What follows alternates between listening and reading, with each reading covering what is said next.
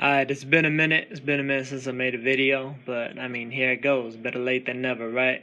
Upon actually continuing this shit again. I think a lot of people got it twisted right now. You know, there's a lot of people out there, save maybe somebody like my man Fair Shake Boxing, who was given Adrian Granados credit before Imam fought him, who was given Amir Imam credit before he fought such a tough opponent in Granados. There was a lot of people saying that Granados was a bum because they didn't know who he was, because he had 4 losses, because they didn't actually watch those 4 losses, quote-unquote losses, because they had never seen the man before. They hadn't even seen when he pieced up and took apart Jesus Soto Carras in, frankly, a manner that was more impressive than the way somebody like a Keith Thurman took him apart. It was about as thorough a domination, as thorough a beatdown as what Gabe Rosado had done to an overweight Jesus Soto Carras way back when. And this was Adrian Granados a couple weight classes up from where he normally fights at versus a naturally bigger fighter. And, you know, that's not to make an excuse for Amir Imam, because Amir Imam himself is a big 140-pounder. You know, both of these guys are really about the same size. Amir Imam and Francisco Granados, they're both, Adrian Granados, they're both about the same size to begin with. So, I mean, any excuses that somebody tries to make about that is really flawed, in my opinion. But I think a lot of people got it twisted, man. You know, Adrian Granados was a good fighter. He's one of these guys that, you know, he's a diamond in the rough. There's a lot of fighters out there that they have to learn on the job. They have bad management. They don't get 21 softies. You know, they don't get the Gary Russell padded record track. They don't get, you know, all these guys that are, you know, obviously overmatched against them in order to build up their records, in order to build up their abilities, their stamina, be able to work on things in the ring. They got to work that shit out in the ring because they're facing tough opponents. They're facing tough opponents like Frankie Gomez, tough opponents like Leonardo Tyner. You know, they're facing consistently tough opposition. They're the opponent being brought in to lose, and they don't always lose. Sometimes they win. Sometimes they win, and they win the event, but they don't win the fight. They win the event, but they don't win on the cards, if you know what I'm saying. But, you know, Amir Imam hurt Granados early. He hurt him earlier than any of these other fighters ever did. You know, he hurt him earlier and worse, really, than Frankie Gomez did. Frankie Gomez is an animal. He's a mean son of a bitch. He's a mean puncher at 140, at 147, whatever way he decides to be fighting at, depending on how much he wants to eat. But, you know, I mean, Imam, he just couldn't finish the job. You know, and maybe that was a little bit of his inexperience. And, you know, maybe it was just the fact that he punched himself out, trying to wreck Mr. Granados with one shot after that. But Mr. Imam, he just wasn't able to, for whatever reason, finish the job. And he got tired.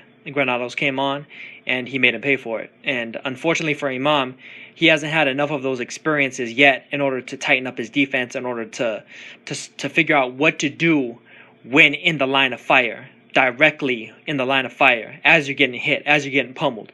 You know, he had a good fight against what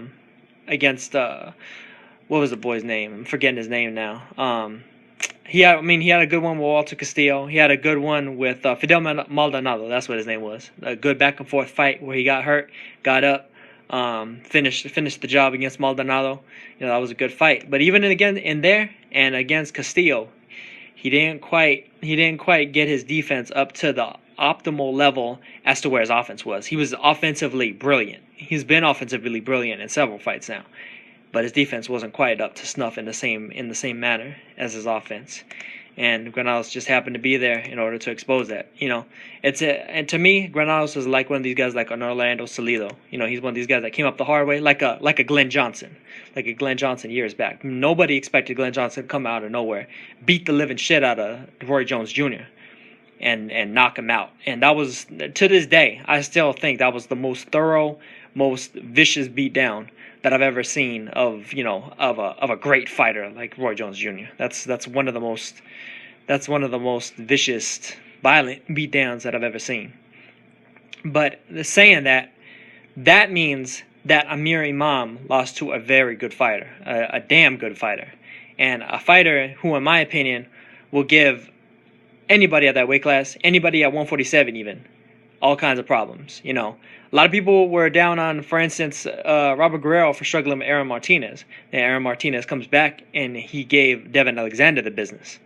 So where do we rate all these guys all together now? You know, I mean, you got Granados taking out one of the hottest prospects in boxing. You know, in a big underdog upset, somewhat similar to Glen Johnson versus Roy Jones, somewhat similar to Salido versus Juanma in their first fight. He was 8-1 underdog. Salido was, but I mean that's just my opinion. You know, just throwing one out there.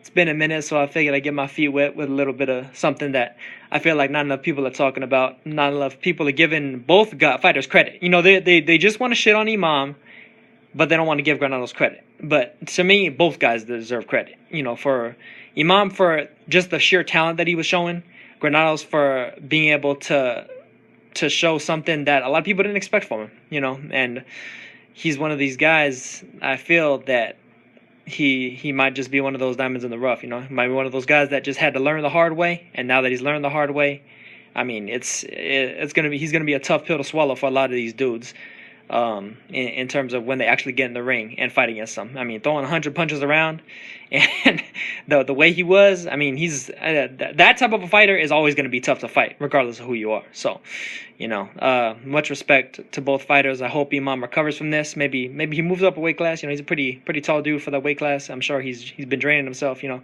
he definitely looked hella lean. He's definitely looked hella lean in all these weigh-ins. So, good luck to both men, and I'm out for this one.